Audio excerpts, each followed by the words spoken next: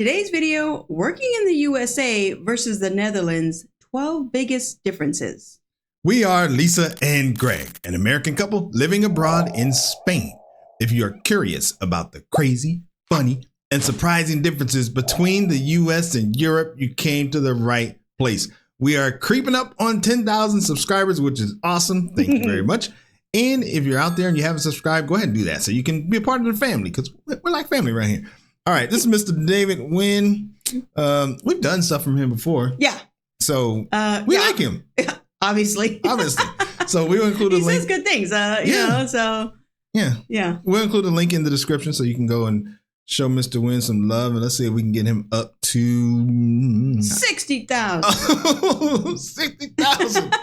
All right, let's see what we got here. You ready? Yes. All right, let's do it. I decided to take a 50% pay cut to work in the Netherlands, but somehow I feel happier. That was my big dilemma after finishing my master's program in the Netherlands. Do I want to stay in the Netherlands and try to find work and see what happens? Or do I want to go back to the US and make a lot more money? Show me the money!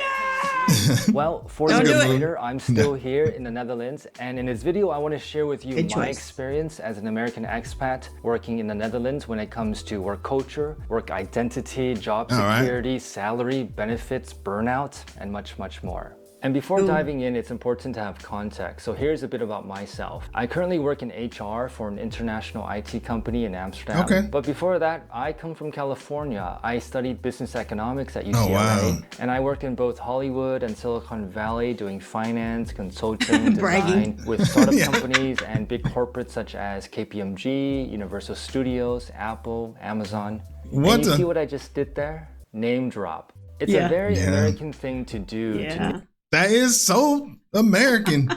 That's important in America. I know. His little comments in the bottom making fun of himself was cute. Yeah. And you see what I just did there? Name drop. It's a very American thing to do, to name drop, that I don't notice as often in the Netherlands. Which leads me to my first point. So, what do you do? A big part of your identity in the US is tied to where you go to school, the job that you do, and the company that you work for. Let me explain, because it starts at a very young age. The US education system is a $1 trillion industry, and we learn at a very young age to equate success in life with where you go to school, college. I'm going to Harvard. The job that you do. This is so true. There are people in America who know before their kids are born where they're going to be sending them to school. That's true. And that is true. I mean, but it's a part of it. Like you have to do that because success is tied to your career and your job. And you have a good career and a good job, you have to go to a good school. Generally, not 100%. So I could, Success in life. It's a culture thing. Life with where you go to school, college. I'm going to Harvard. The job that you do. I am manager of the Scranton branch of Dunder Mifflin. And now with social media, it's become an even bigger thing. Where you go to college. I just got into Harvard.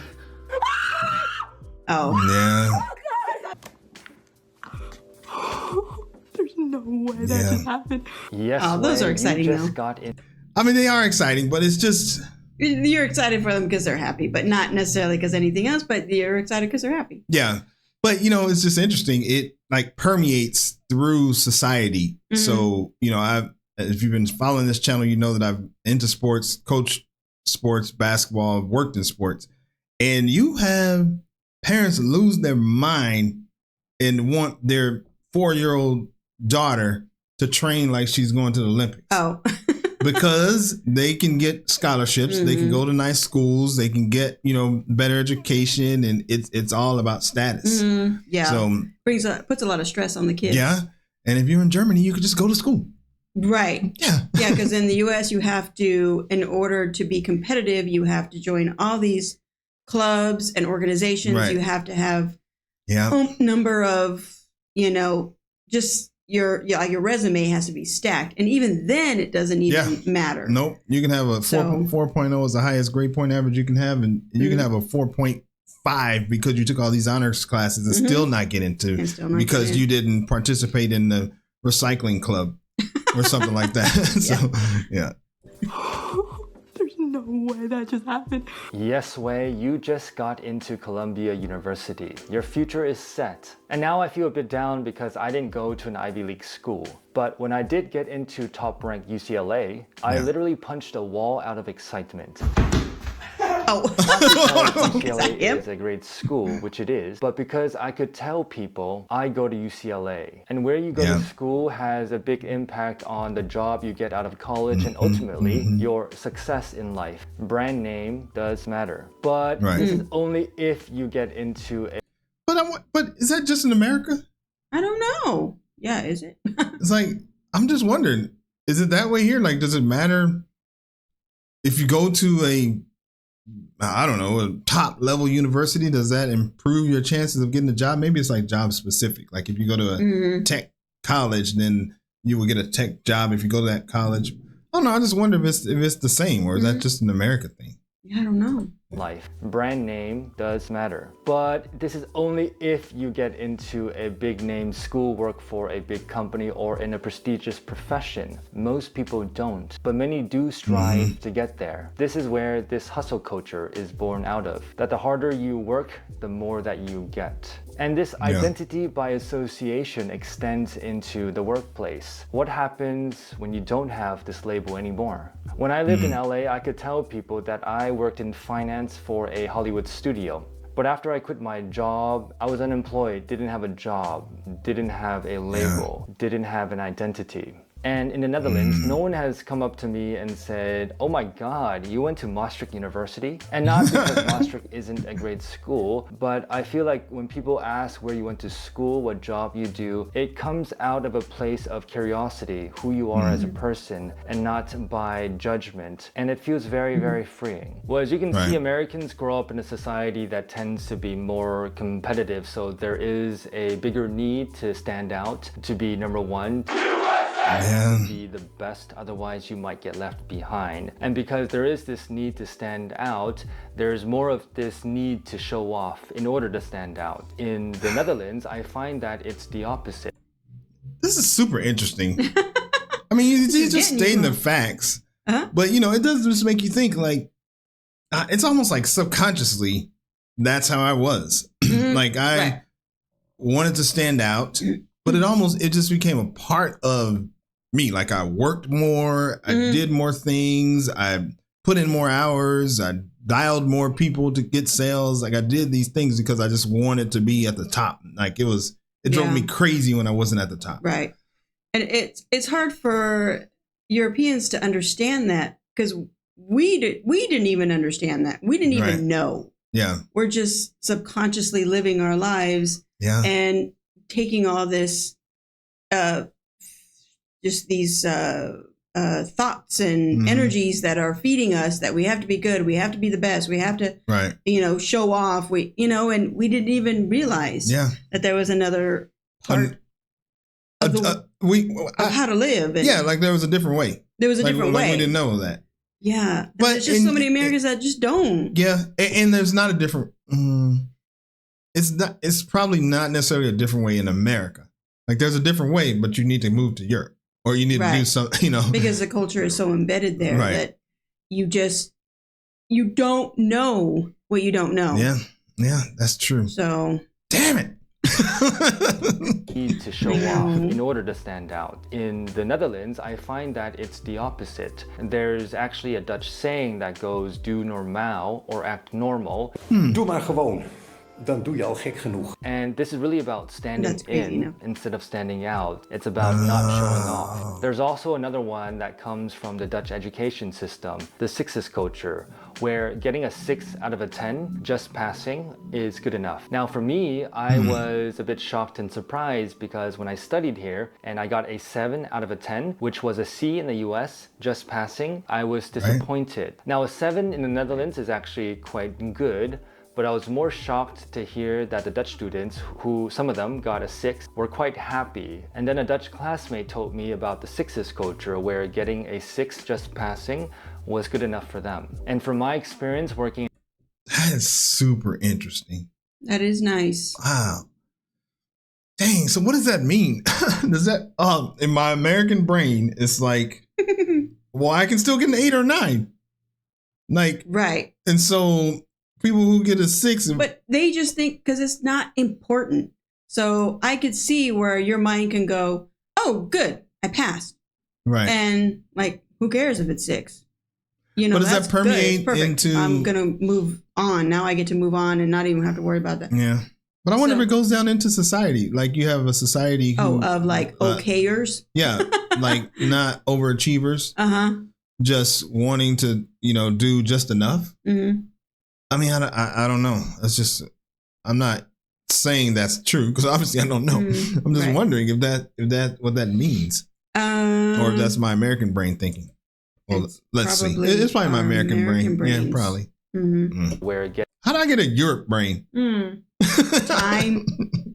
Just learning these things. Yeah, I know. I can see why there's so many Americans who do culture shocks because when we come here, there's so many culture shocks that's why there's an abundance of these types of videos. Right. Mm-hmm. That's right.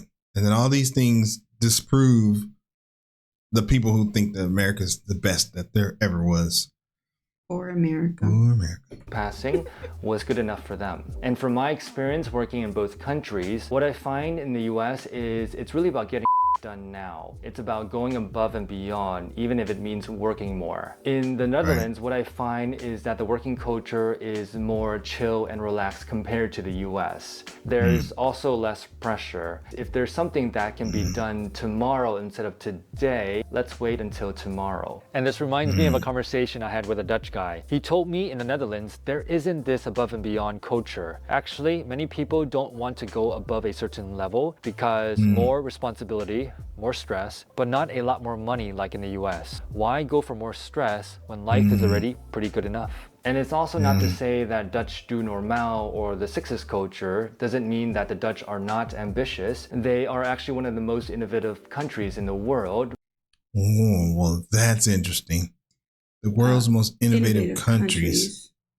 Oh, wow. 58. Oh, wow. Isn't that interesting? And then you got the United States. It's not much higher.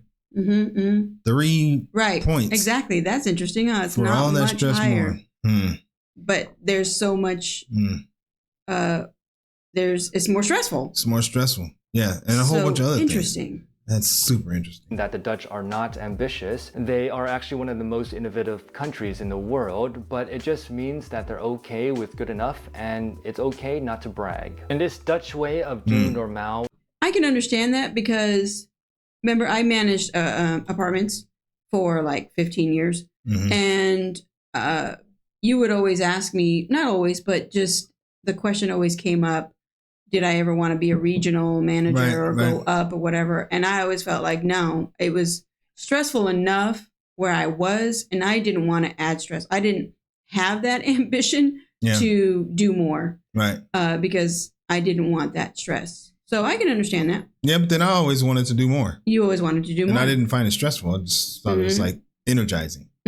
So yeah, it's interesting. Okay with good enough and it's okay not to brag. And this Dutch way of do normal is shown in its egalitarian culture. Dutch people don't care about who you are, your title, your status as much as Americans do. It's about being the same in the Netherlands. People are viewed more or less as equals. And this also complements the famous Dutch directness. When there is less hierarchy, you feel like it's okay to be honest, to say anything, whether it's the janitor or the CEO. That is true. Do you know what he's saying? So basically what he's saying is like usually people that are beneath a manager or a supervisor or something, they're not going to say what they really feel.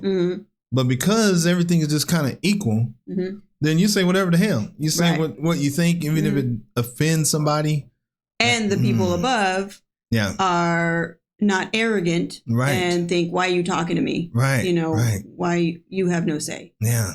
Wow, that's good. In the US, you have to be a bit more careful about what you say and to whom. But in the US, because there is more hierarchy, decisions are usually made a lot faster. In the US, decisions are made by people at the top.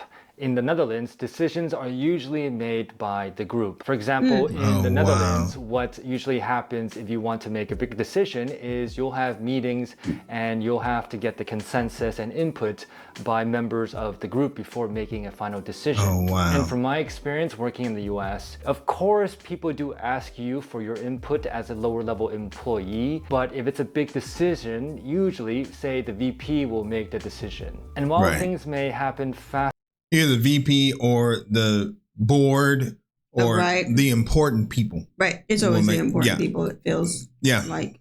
Yeah, it's like you don't have a say. And then that's when you have a boss who stands out because they actually listen to you. Usually, say, the VP will make the decision. And while things may happen faster in the US, faster doesn't always mean more effective. And faster doesn't always mean less hours as well. There's a popular saying that goes like this. In the US, you live to work. In Europe, you work to live. And I remember my first month. We see this we hear it all the time. We've said it multiple times on this channel, but it's true. Every time that we hear it, it's still true. Still true. Still true. Working in the Netherlands, it was around 5 o'clock and I walked around and it looked like there was nobody in the office except for me. Because in the US, especially in big corporate companies, you don't really see too many people get off around 4 o'clock, 5 o'clock. If we look at OECD statistics, we can see that only 0.3% of workers in the Netherlands work very long hours as compared to 10.4% of workers in the US. And that was me. I'm sorry to keep stopping this, but all this is ringing true for me. Like, you know, I used to go to work early. If everybody got there at 8, I was there like 7:20, 7:30. Right. Just so, you know, so I could do more work. That's what's going to help me get ahead. Yeah. Or I would stay later. I would go in on the weekends when, you know, nobody else had ever done that. And I just saw it as like, this is me standing out. Right. Meanwhile, I'm working the 80 hours, having all these hard problems, doing all these crazy things. Exactly. So it's catching up after a while. Yeah. At the same time, we can also see that the Netherlands is a country with one of the shortest working weeks in terms of hours at around 30 hours per week compared to 39 hours in the US. A big reason why this is so is because part-time work is actually quite common in the Netherlands. And it's actually quite common to find people only working 4 days a week or with 36-hour contracts. For example, my colleague has a 36-hour contract. So every 2 weeks, she gets 1 day off. And I asked her why she did this. She told me she values time over money. Such a thing is unthinkable in the US where it's really about work. And outside of work, I used to always talk about work. My European friends used to tell me to stop talking about work outside of work. And it took me about a year to finally get it. And I'm not saying that it's good or bad, but just an observation that Americans do tend to talk more about work outside of work. You know, when he was talking about those hours, 36 hours, I mean, when we ever come across somebody in America who is working like 4 10-hour shifts, so they can work Monday through Thursday and have a 3-day weekend, like that's like a dream. Yeah, that is in a America. Dream. I know. I remember always wishing for that. Yeah. And just saying, if only. Right. So it's not that you're working less. You're working the same, you know, but you just have. But you're doing that. I always felt like I was already doing that, working 10 hours a day. So it was like, I just want 1 day off, so it can just balance itself out, and I only work 40 hours. Right. Because I couldn't stop myself from working 10 hours. Yeah, but it's super interesting that, it's super interesting that, you know, you're getting an extra day, but you're killing yourself during the 4 days because you got to work 10 hours. I know. That I'm all angry. Good thing we're See what here. you're doing, Mr. Win? You're messing me all up. Americans do tend to talk more about work outside of work. But it's also very different, the mentality in the Netherlands. The mentality in the US is really about work and making money, and you can actually make a lot of money in the US. So if your goal is to make money, the US wins. You get paid a lot of money in the States, especially if you compare it to what you make in the Netherlands. You can sometimes make 2x, 3x, 5x, 10x what you could make in the Netherlands in the US. Let's look at a few examples. Let's take a look at some salaries. A software engineer, a financial analyst, and a teacher in the Netherlands as compared to the US. Now, if you are a software engineer in Amsterdam, you can make a median total compensation of 93,000 euros. This includes a base salary, stock options, and a bonus. If you are a top engineer, you could make up to, say, 400,000 euros per year. Wow. Now, compare that to San Francisco software engineer salaries. And in SF, you make a lot more money in tech as a software engineer. 231,000 median total compensation. So that's if not you make enough. 231,000 in San Francisco, you might as well be making 40,000 in the Netherlands. Yeah, because your rent is probably going to be about 5,000. When you go out to eat with you and your significant other, you're probably going to spend $40 just for a sandwich and a beer, and everything else. It's So remember that part. Yeah, that doesn't mean anything, and you get all that stress, and your quality of life sucks. Yeah. So, what's the point? In tech, as a software engineer, 231,000 median total compensation.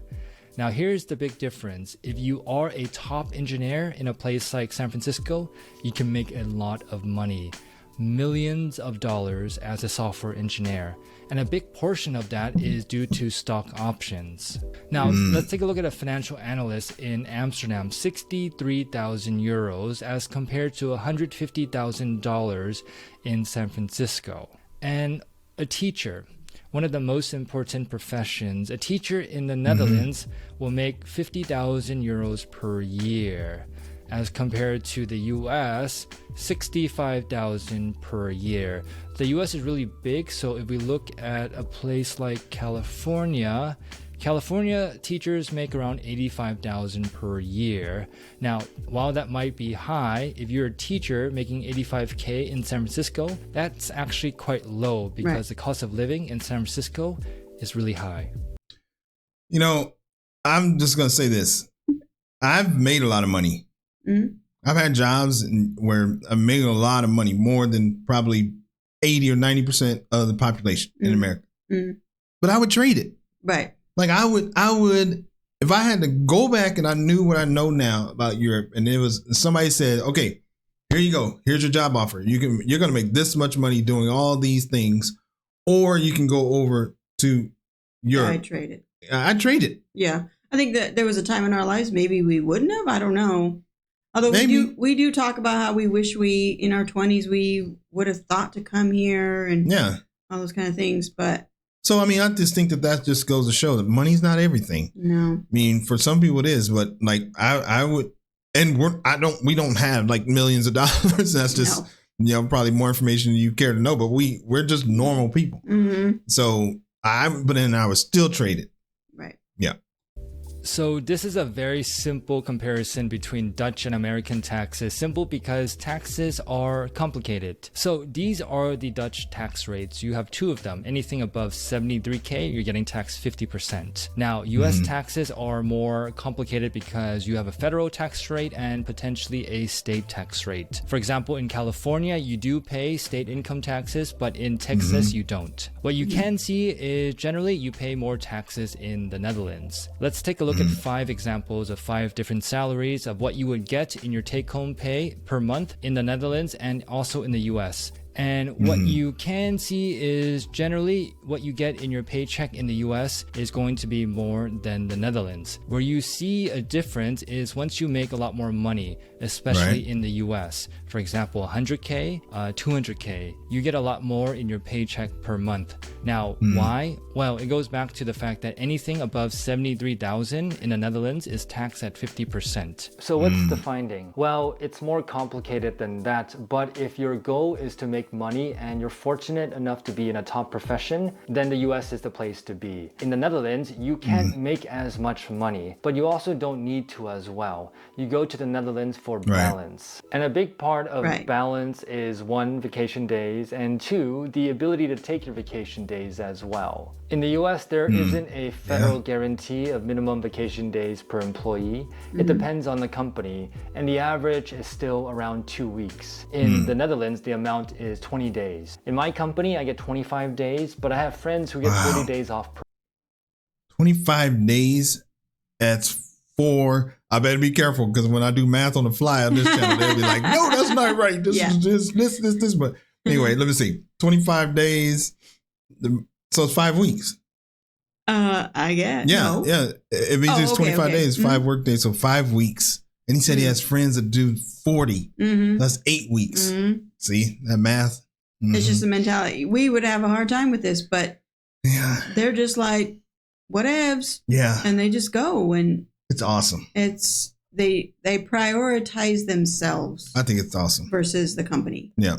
Per year. In the US, I almost never took all my vacation days. Here in the Netherlands, I always take my vacation days. For example, in my first year working in the Netherlands, I had 25 days of vacation, but I didn't use up all 25 days. I didn't use up most of my vacation, if I'm honest. And my colleagues were like, are you serious? How come you're not using your vacation days? Oh, wow. And I was like, can I do that? Is that possible? Because the norm in the US is really to work. Most people don't take all their vacation days. But the norm in Europe, in the Netherlands, is that everyone is taking their vacation days, especially in the summertime. And when that's the norm, then you also feel okay to take vacation as well. Yeah. And the US is the country with the most unused vacation days at the end of the year. Which begs the question, why is that so?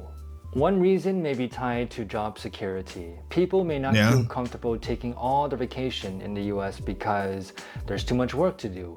One may fall behind, and if one falls behind, one may not get promoted, and one could get laid off as well. Because US employment is at will, which means you can get fired at any time. You're fired. And especially right now with all the tech layoffs, people may not want to take vacation because, well, they want to prove themselves. But here, what I see in the Netherlands is that a lot of employees are still taking the vacation days, even if their companies aren't doing that well. And that's because employees in the Netherlands get a lot of rights. So now I work in HR, and I was talking to a friend who works in HR, and she was telling me how common it can be for managers in the US to try to fire someone in one of the European offices or the Dutch office because that person is underperforming. And I want Charles gone. I need him gone. And this HR manager needs to let them know that it's not easy to just fire someone in the Netherlands. And with layoffs, a company can really only lay people off if they can prove that the company is doing bad financially. So one could say it's easier to hire and fire in the US, and it's harder to hire and fire in the Netherlands. But this job security in the Netherlands depends if it's a temporary contract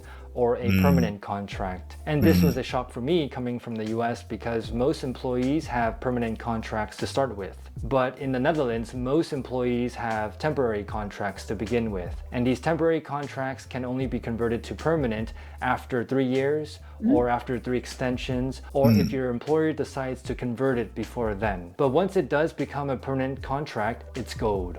In the US, most contracts are permanent contracts, but then you can get let go at any time. It's easier to hire, easier to fire. But once you do get a job contract in the US, it's also gold because usually with a job contract, that also means healthcare. Oh, healthcare in the US, such a big and complex topic. It gives me headaches, but it is really important because... Wait, what was that? U.S. per capita healthcare spending is over twice the average of other wealthy countries. Wow. That's crazy. And complex topic. It gives me headaches. But it is really important because when you consider a job, you also take into consideration the healthcare plan of the employer because your healthcare is usually tied to your employer, and healthcare in the US is extremely expensive. In the Netherlands, healthcare is not free, but it is affordable. For example, you'll pay 100 to 200 euros a month when it comes to healthcare, dental, and vision. And the deductible, it's around 400 euros per year. Dental and vision. And the deductible... Oops. Sorry, I rewound. That is... I know there's people watching this who are from the Netherlands that might say that's expensive. Oh, yeah. So... Yeah, but that's true. What he said, I think he said healthcare, vision, and dental. Yeah, this is private healthcare, right? Is that what he's talking about? I think so. Yeah. And that is amazing. Yeah, no, it's amazing. For all those things, I mean, we're paying $1,000, and I don't think that included dental or vision. it included very little. So it was over $1,000 for just us two. Yeah. And a month, not a year. A month. Per month. Yeah. And we still had to pay like a doctor visit. Well, we had a deductible of like $5,000. We had a deductible of $5,000. Yeah. Was it $5,000? Yeah, it was $5,000. We had the high deductible plan, so we could have a lower monthly premium. Yeah. So that's dumb. And then the dental was only so much. It only covered so much. So if you needed something super extensive, you're out. Yeah. And then the vision, your glasses were maybe like $150 capped. And then if you needed all this progressive stuff and all this other crazy stuff, then we were always walking out of there with about $600 on top just to get our glasses. Yeah. So it was just, it's crazy. And people still say America's the best. Americans say that. I mean, yeah. I mean, I'm not bitter or anything. You know. Month when it comes to healthcare, dental, and vision. And the deductible, it's around 400 euros per year. And in the US, this amount can vary because it's so complex. There's so many different types of healthcare plans, but you'll generally pay on average around $8,000 per year for a single person. And the average deductible is around $2,000. So you will have to pay $2,000 out of pocket before the benefits come into play. My annual health insurance in Holland is the same as my monthly health insurance in the States, my premium. Wow. I pay $2,500 per month for my health insurance. And speaking of healthcare, let's talk a little bit about sick leave, short-term and long-term sick leave. In the US, if you get sick with a cold or flu, now this is going to depend on your job contract, your employer, but generally you do get some sick days. For example, one of my jobs in the US, I had 15 days of vacation, and I believe it was like 5-6 days of sick leave. And if I were sick more than 6 days, then I would need to use my vacation days. Right. What I found in the Netherlands is that if you become sick with a cold or flu, something short term, you can generally just take the days off. Now, when it comes to long-term sick leave, in the US, there is no federal requirement for paid long-term sick leave. This also depends on your employer and also the state. So if you're burnt out, sick, disabled long-term in the US, then an individual may take up to 12 weeks of unpaid leave over 12 months. Now, if you're burnt out, sick, disabled long-term in the Netherlands, then by law, the company is required to pay you at least 70% of your wages for a maximum period of 2 years. Now, that is awesome. When I was having my health scares and everything, my company was like, you can take time off, but you're not getting paid for it. So like, who cares if your health or the dealings that I was having with health is because of the stress on the job, and like that doesn't matter. Right. You're welcome to take time off. You just won't get paid for it. Yeah, but then you have the stress because you don't have any money coming in. Right. Yeah. Well, many companies will often pay 100% in that first year, and some will pay 100% for 2 years. And something else I found out about recently working in the Netherlands is if you're sick on vacation, you're eligible to swap those days out for sick days instead. For example, one of my friends went to Malaysia and she got sick. And when she came back, her employer found out and told her just to swap out those days and use sick days instead of vacation days. So that's a pretty cool benefit as well. Yeah. I'm burnt out.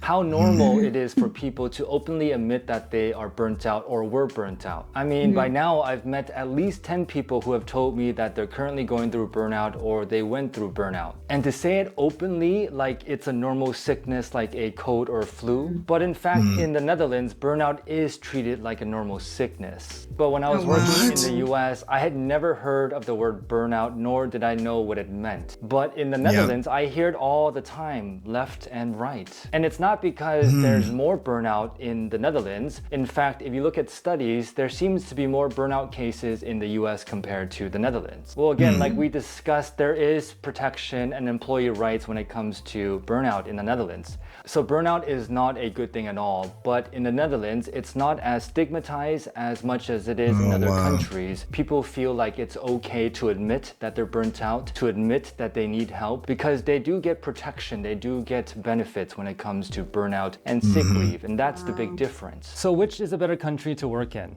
Well, that depends on who you are, what you value, your dreams and goals in life. Generally, in the US, you can make a lot more money depending on the profession, but it tends to favor those in the top 1, 5, 10% of the population and those that are more career-driven. Now, in the Netherlands, you do get more work-life balance, pace of work life is generally slower, and you do get more personal time and employee rights as well. Now, I'd love to hear from you. What have your experiences been working in the US and or the Netherlands? Look at David, he's so nice. Yeah, he looks sharp right there. Yeah, he's super sharp. Man, you know, I will just say that I'm like grateful to be here. 100%. And to be experiencing what life is like here in Europe. So, and I would love to hear from other countries. If any of this rings true for, you know, your country, in comparison to the Netherlands or even to the US, just kind of, but it seems like in general, as a whole, Europe values people. Yeah. And values your mental health and physical health more than the company itself. It's sad. There's no other way to say it. All right, let's see what the people got to say. Okay, my hack as a Dutchie is working for American companies while being under Dutch local labor laws. Yeah, that works. That works. Some people might get offended, mad at that. All right. At my previous job, oh man, come on. Trying to find one that's reasonable here. All right, this makes me so incredibly happy to be a Dutchie. Also makes me realize what a massive privilege it is to be raised in these values or with these values from a young age. Nice. I know. That's true. That's true. I know, because we don't get to experience it. We're in our 50s and now it's like, we are grateful that our boys are here in their 20s. Yeah. And we hopefully change the trajectory of their lives. Yeah. Yeah. Let's see. I am Dutch and I can approve everything he says in this video. Less bragging and judgment. I love it. We're very simple people in a way that we just like to get shit done without any hassle. Just study, get a job, make sure you feel good and earn enough to be happy, not to earn more than your neighbor. This is probably one of the best things that I've read. That's so awesome. All right. That was a good video. Yay. Anything else? Nah. All right. As always, we appreciate you stopping by and we will see you on the next video. Bye. Peace.